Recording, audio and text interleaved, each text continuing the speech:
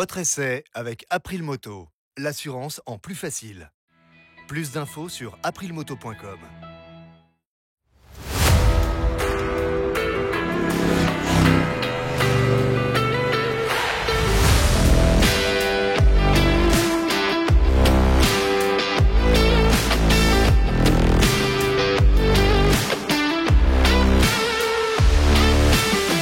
Soyez les bienvenus sur le repère des motards. Cet essai de la nouvelle Triumph Speed Twin 900. Alors nouvelle modèle 2025 parce qu'elle existait déjà cette moto depuis 2015 et qu'elle avait déjà l'opportunité de nous présenter le style néoclassique qui était chez Triumph. Au global, on a l'impression que c'est la même parce qu'elle a la même identité avec exactement un look similaire, très néo-rétro, mais dans le détail, eh bien, on voit qu'elle a énormément évolué, beaucoup changé, notamment pour passer la norme Euro 5+. Cette moto, donc, elle va proposer un nouveau packaging avec des carters moteurs redessinés, avec des nouveaux amortisseurs, un bras oscillant en aluminium qui va avoir été raccourci et puis adapté pour apporter un peu plus de maniabilité à la moto, notamment au travers d'un empattement plus court. La fourche, qui est non réglable, a également fait l'objet d'une amélioration puisqu'elle passe de 41 à 43 mm de diamètre et elle profite d'un freinage radial, un étrier 4 pistons avec un mètre cylindre par contre, qui est de type axial, mais les leviers sont réglables, ça permet d'obtenir une certaine variation de force que l'on va pouvoir exercer sur l'étrier de frein en même temps que ça va choisir l'écartement du levier pour les mains plus ou moins longues. Cette moto, elle profite bien de l'instrumentation digitale que l'on connaît déjà par ailleurs chez Triumph, avec le petit compteur rond et l'arc de cercle en haut, plus l'insert numérique en bas, donc en deux parties. En haut, on va avoir la vitesse et un compte-tours, et puis en bas, des informations à travers lesquelles on va pouvoir naviguer grâce à la croix directionnelle qui se trouve sur le commodo gauche. Cette moto, elle est classique certes, avec son moteur de 900 cm3 qui fait 65 chevaux, un moteur sur lequel on retrouve bien sûr l'inscription Bonneville 900 puisqu'il est commun avec l'autre moto de style classique de la gamme, Kuban, donc 900 cm3. La moto est léchée, la position de conduite a été modifiée sur ce millésime avec un guidon plus bas, plus avancé, et surtout un triangle, on va dire, de position de conduite modifié, notamment au travers de l'implantation de repose-pied un peu plus basse, qui permettrait de bénéficier d'une position de conduite un peu plus relaxe, plus, on va dire, un peu moins sportive, tout en étant plus agréable. Ça, ce sera à vérifier à travers notre essai. On nous a promis aussi une sonorité vraiment agréable. Si vous avez connu l'ancien modèle, vous remarquerez également que la boucle arrière a changé, que la selle est différente. Boucle arrière, eh bien, elle va avoir le feu qui va avoir été implémenté ici maintenant de manière un peu déportée avec un léger garde-boue. C'est très joliment looké, ça fait une moto ramassée et courte et surtout ça a été affiné. Affiné également au niveau de l'avant, ce qui permettrait normalement, même avec une selle un peu plus haute, eh bien ça permet cette arcade d'avoir les deux pieds qui touchent très facilement le sol lorsque l'on dépasse le 1,80 m. Donc dès 1,70 m, on est à l'aise. 1,65 m, on avait une essayeuse sur notre roulage, eh bien elle fait 1,65 m et avec ces plateformes au pied, elle était à l'aise avec cette selle haute. Voilà donc pour cette présentation, on va les rouler et on revient tout de suite pour notre conclusion. Je viens tout juste de sortir de l'hôtel avec la moto. La première chose à remarquer déjà, c'est que les genoux se retrouvent au niveau de la culasse. Petit test de comportement moteur. Donc là, hop, l'accélération elle est vraiment flagrante. À partir de 5500, 6000 tours minute, on a vraiment des sensations de poussée qui se renforcent. Ça, c'est très agréable. C'est aussi très prometteur pour ce qui est d'être sur les petites routes. Petit déclenchement d'ABS en freinant pas trop fort de l'arrière, donc la pédale est assez ferme, mais ça permet quand même d'avoir un bon discernement quant à ce qui se passe. Et on le voit, il y a toujours cette reprise intéressante. C'est vraiment une belle petite moto, hein. Quand on la voit comme ça de derrière, avec les confrères devant, il y a les pots d'échappement de chaque côté qui sont assez peu encombrants, ils sont pas du tout gênants dans la ligne, ils s'inscrivent vraiment bien. Bon, là il y a une grosse plaque anglaise, mais ça reste une jolie moto. C'est réussi, elle fait basse derrière, mais c'est voilà, petit gabarit, compact, une moto qui se prête volontiers aux jambes les moins longues. Sur le mouillé, c'est pas évident du tout.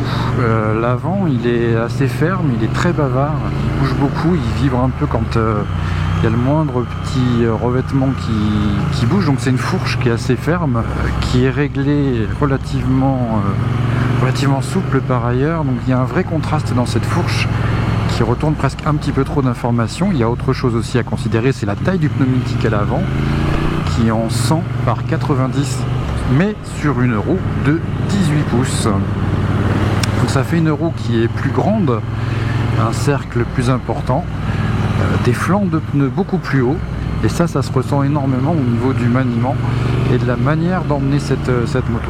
Autre point, ça va être la tenue des pneumatiques sur le mouillé.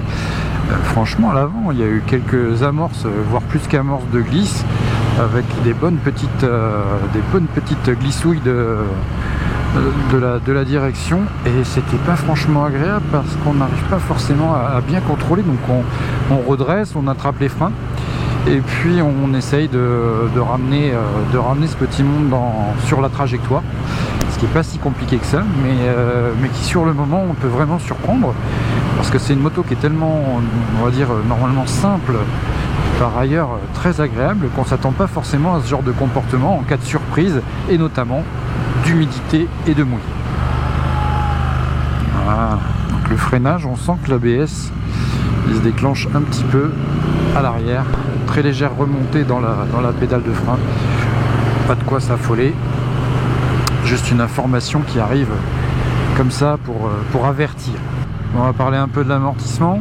Alors c'est un amortissement qui est assez curieux. Là où on a une route vraiment bosselée, on se rend compte que c'est ferme, donc ça tabasse un peu, mais surtout ça rebondit, et principalement à l'arrière avec le réglage d'origine. Là on a les fesses de la moto qui ont tendance à vraiment remonter un peu trop vite, ça manque un peu d'hydraulique, ça appelle un peu de réglage, bon, ce qui tombe bien parce que les amortisseurs à l'arrière sont réglables. Et on voit bien que ça tabasse quand même sur les bosses, donc il ne faut pas trop se faire surprendre, surtout quand on a tendance à vouloir monter un peu le rythme. Là ça va devenir un peu plus chaud et beaucoup plus fin, surtout au niveau du pilotage. Par contre, on rentre vraiment bien dans les courbes, l'arrière il est précis, et le frein avant avec le réglage, là pourtant j'ai mis le levier en moindre écartement, je suis sur la position 5, c'est-à-dire la dernière et la plus proche du levier, qui permet d'avoir, on va dire, l'appréhension la plus souple, et normalement l'attaque la plus lointaine.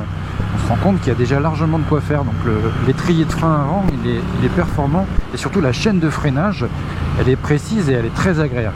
J'ai beau freiner là sur l'angle, waouh, faut pas relâcher par contre, hein. Ouh là là.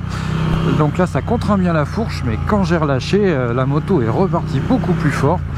Elle a repris la trajectoire, donc on sent que le simple étrier là il a tendance à contraindre la fourche, ce qui fait qu'il y a vraiment un mode d'emploi à trouver au niveau du maniement.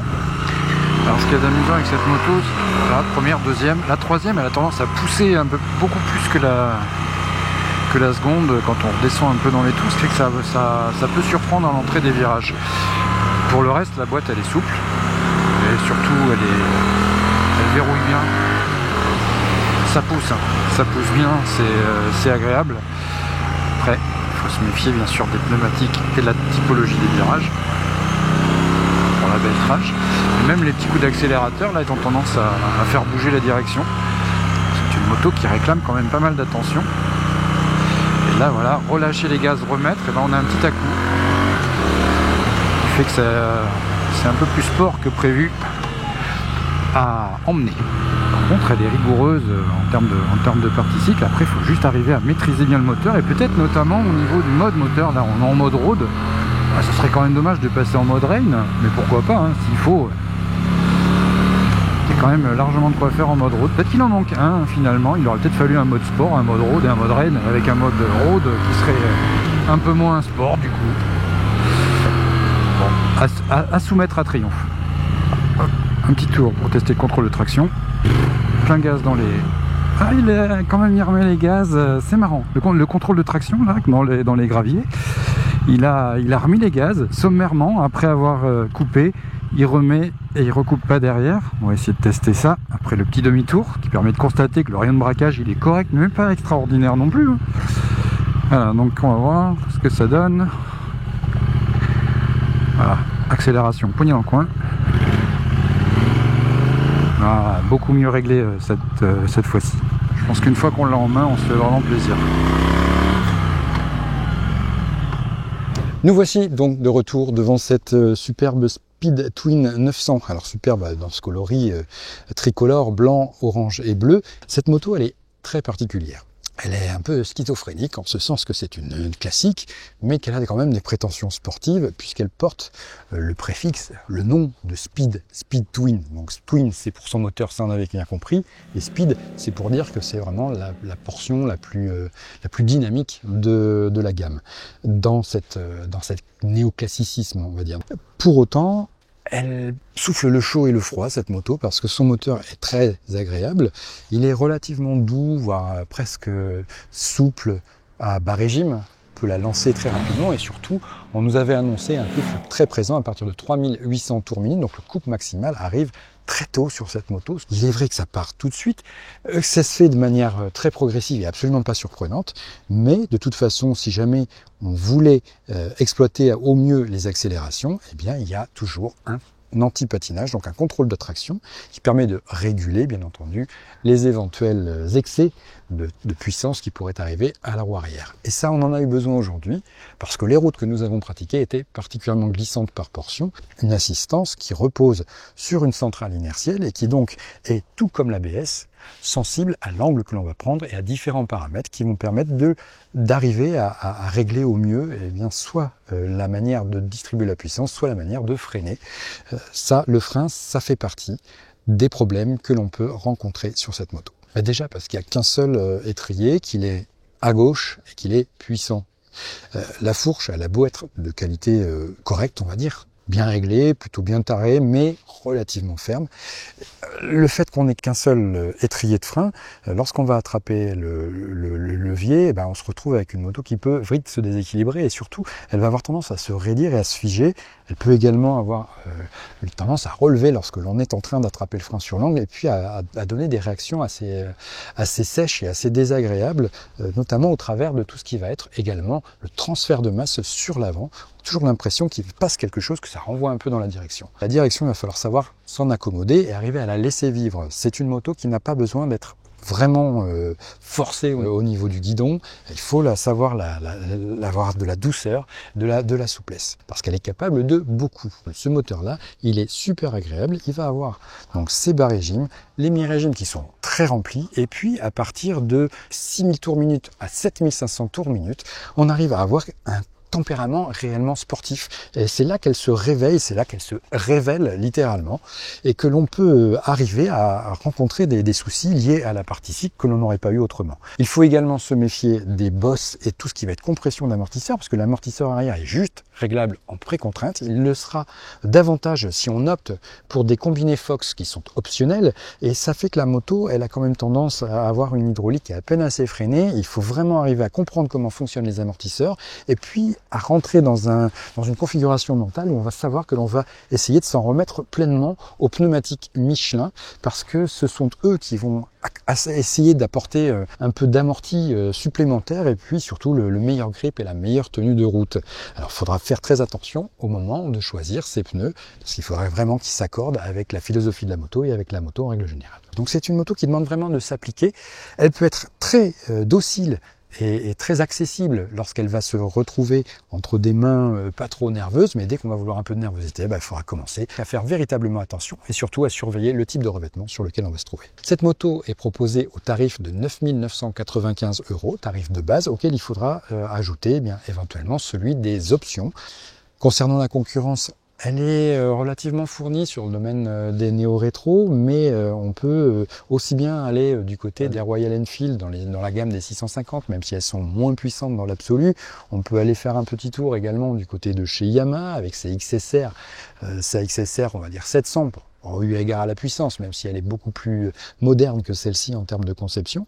Mais on peut aussi aller voir un petit peu chez Ducati ou alors encore chez Moto Guzzi, du côté de la V7 ou encore de la V9, qui étaient donc des motos avec ce style. Harley-Davidson, même si on a un look qui pourrait faire penser un peu à une américaine, notamment au niveau du réservoir, il n'y a plus ce genre de moto, ce qui fait que les Européens peuvent vraiment s'engouffrer dans la brèche et puis profiter de ce style et cette façon de rouler. Voilà, vous aurez la possibilité d'avoir l'essai complet sur le site, n'hésitez pas à venir nous lire. Surtout, je vous invite à vous inscrire à notre chaîne si jamais cet essai vous a plu.